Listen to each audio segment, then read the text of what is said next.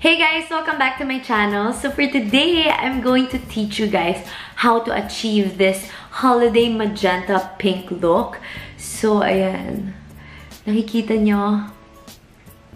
I'm so proud of my masterpiece. Sobrang natuwa ako na nakagawa ako ng colored eye look for this holiday season kasi nga first time ko to ever. So I'm so happy and proud of myself. Sana proud din kayo sa akin. So yeah, if you want to know how to do this makeup look, just keep on watching. Okay guys, let's start. So wala pang kahit ano sa face ko ngayon. Una sa lahat, magmo-moisturize muna tayo using Nature Republic Aloe Vera Soothing Gel.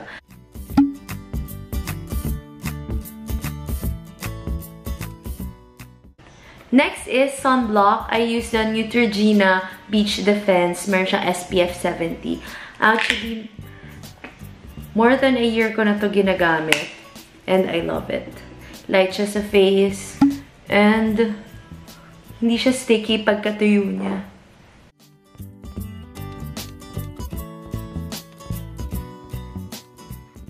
Okay, so before tayo mag-start sa makeup, meron lang akong pinaka-suggestion for all the women out there is magpa-eyelash extensions kayo. As in, ako talaga sinadya ko na holiday season, kailangan naka-eyelash extension. Kasi kahit walang makeup, ayan o, parang may something pa rin, bare face. Tapos may dating pa rin siya kahit saan man. Sobrang dami ng salons na nag-offer ng eyelash extensions. Pero for me, nagpagawa ako sa Flaw and Pamper Studio. Dito lang siya sa Congressional Extension. If you know the Brewing Point building, yung restaurant, you can search it. Sa second floor, nandun yung Flaw and Pamper Studio. I love it so much! Ayan o. Super lightweight niya. Okay, so ang tagal ko nang hindi nagme-makeup tutorials. So, please bear with me kasi parang medyo naninibago ako ngayon. So anyway, mag-start na ako sa foundation. This is from Morphe Highlight and Contour Sponge. So dinamp ko siya ng water. And then, I will use my Maybelline Superstay, my go-to.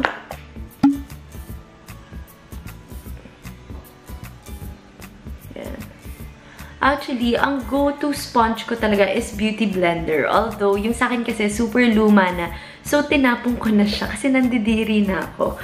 So, eto, okay naman. Pero parang malambot siya. Pero parang natitigasan pa rin ako eh. Mas malambot yung Beauty Blender and mas mabilis siya mag-blend. This one, mas may, ano lang siya, mas may bounce. Yung iba, ito yung mas prefer. Pero ako, Beauty Blender talaga. So, meron akong pimple. Actually, hindi ko sure kung pimple ba to or rash. Or kagat ng something. Pero, kasi wala siyang laman eh. Pero, nakaka-stress. And sobrang pangit ng skin ko ngayon. Kasi, from all the traveling, tas ang lamig ng country. Kakagaling ko lang Baguio, Hong Kong. Tas nag-beach pa ako. So, nagsasuffer talaga yung skin ko ngayon. Ang dami kong textures. As in, hindi lang halata kasi hindi naka-zoom in yung camera. Pero, oh my God.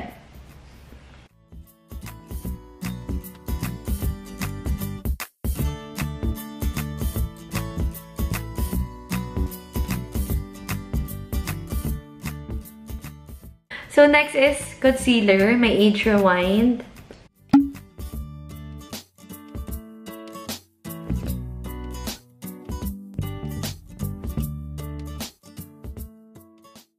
Pag mag-blend kayo, dab-dab lang.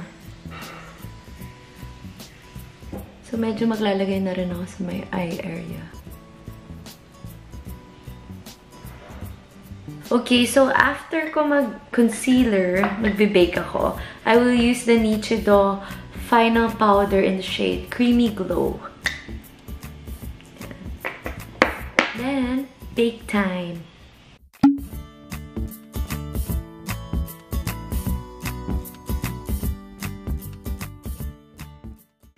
And then, while we bake, we'll do the eyebrows and the eyes. Actually, itong eyebrows ko, wala yung makeup at all. So, pina-eyebrow embroidery ko yan. If you've watched my previous videos, ginawa yan ng best friend ko, si Ina. At Plush Beauty by Ina. Please visit her Instagram account kung gusto nyong magpakilay kasi sobrang worth it siya. Ayan o, wala akong nilagay anything dyan. Tapos, ready to go na kagad. Pero, of course, kapag holiday glam, kailangan medyo, alam mo yun, kapalan lang natin ng konti kasi medyo naminipis na yung ibang parts. I'm using the Micro Tattoo Brow Artist by L'Oreal.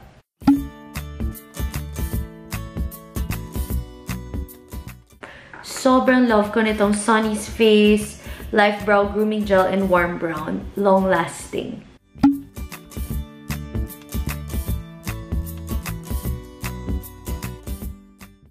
Okay guys, so zoom in ko na yung camera para mag-focus na tayo sa eyes.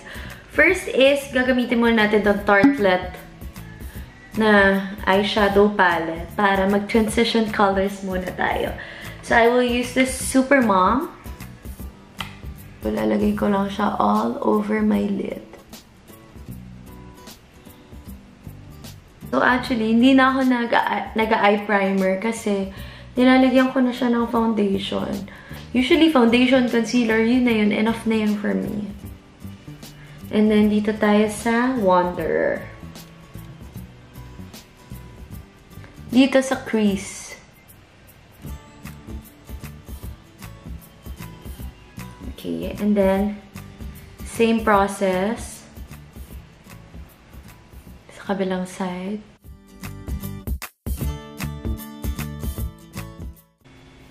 Tapos yung mga natirang powder, dito na, ipasok mo na.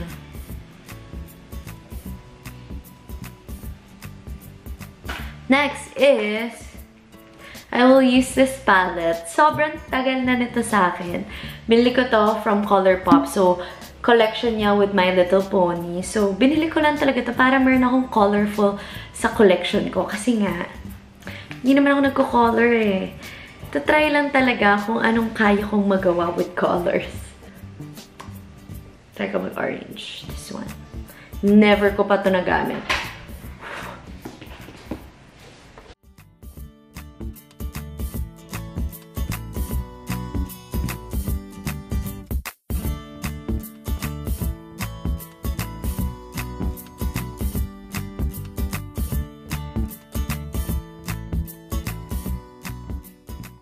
Try natin patungan ng medyo dark. Ito. Parang magenta.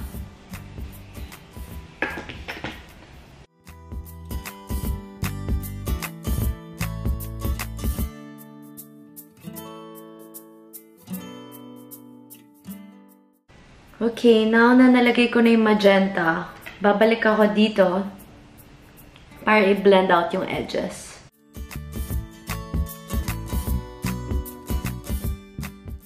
So, this is a highlight from Caroline.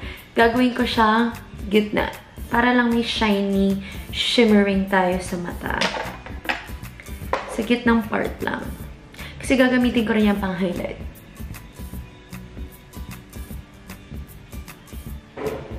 Nope, ang kalat niya tignan. Wait lang, basahin ko lang tong brush.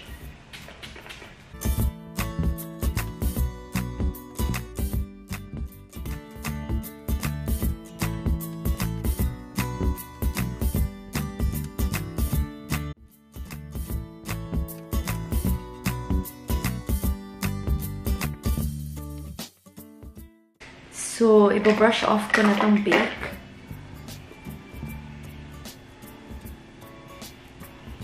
So, pag nagba-brush off ako, kinakalat ko na siya sa face ko pang set. Kukuha ako nitong magenta color. Ilalagay ko lang konti sa ilalim ng eyes ko. Wala ako yung maliit na brush na parang pag ganito. So, ginaganto ko na siya.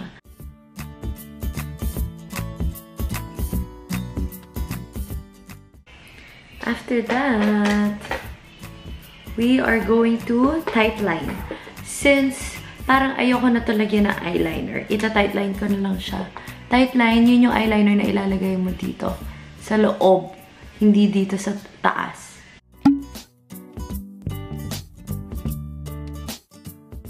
And then, mascara. since meron na akong eyelash extensions, lalagay ko na lang to sa ilalim na eyelashes.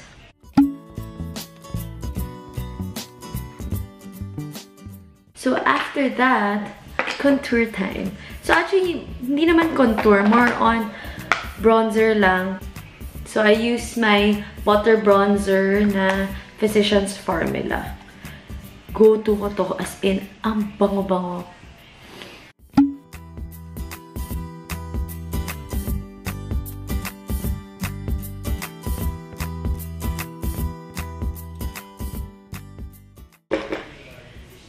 Yan. So pag nagbo-bronzer ako, nilalagay ko din siya sa, parang ginaganyan ko yung hair ko.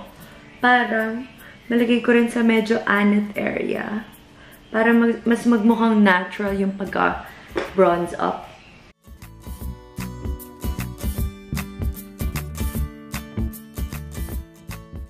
Okay, so blush time.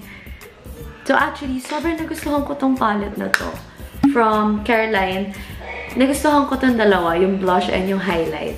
Yung ito, medyo mahirap siya i-blend, tsaka grabe pa siya mag-fall out. So, medyo okay lang, pwede na.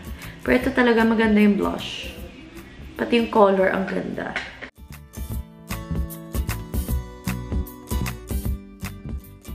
And then, para medyo magka-definition lang yung sa nose ko.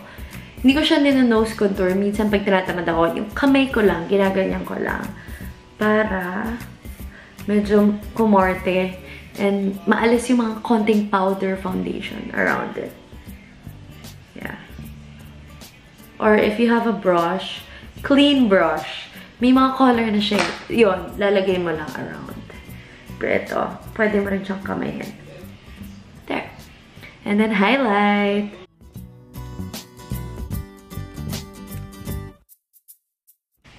So, magli-lip conditioner muna ako from MAC. So, wala lang. Kailangan lang talaga may lip balm para hindi drying.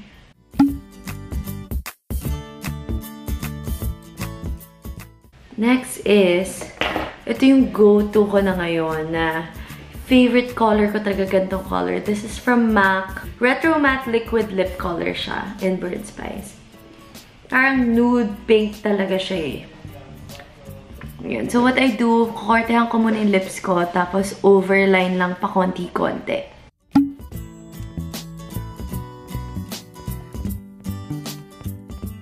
Okay, so after ko mag-lipstick, actually pwede na tong look na to.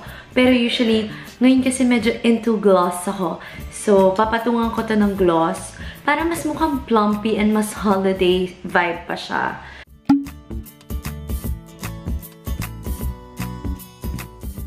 And then, lastly, spray. I will spray with my Mario Badescu.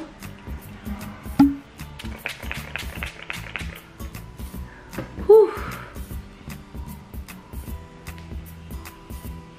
Okay, and we're done! Okay guys, so this is the final look! So I'm so happy kasi hindi ko inakalang kakayanin kong gumawa ng colored eye look. So for sure, this coming Christmas and New Year, gagawin ko ulit to kasi wala lang. It's all about experimenting and doing something that you like na wala lang. Enjoy mo lang kung anong trip mo. Go, just do it. So yeah, for sure, gagamitin ko ulit tong palette na to. As in, next time, try ko naman purple or blue. So, yes! So anyway, giveaway time! So, this coming holiday, naisipan ko lang mag-giveaway kasi ang dami kong stocks dito na yung ibabigay ng mga brands, and hindi naman lahat nako-consume ko. So, usually, pinapamigay ko to sa family and friends ko. Pero ngayon, gusto ko siyang i-giveaway for the holidays. So, yeah. Yan, more on masks. And then, I have coffee bean planner, coffee bean na tumbler. And then, meron ako mga soaps. So, and lip balms. And mga scrubs, random stuff. So yeah, I will post the mechanics on my Instagram account. Look for this picture right here. and makikita nyo yung mga mechanics doon. So yeah, just follow me there. And I hope you enjoyed this vlog. Comment down below what you think and give this video a thumbs up if you like it. I hope to see you guys soon and happy holidays. Bye!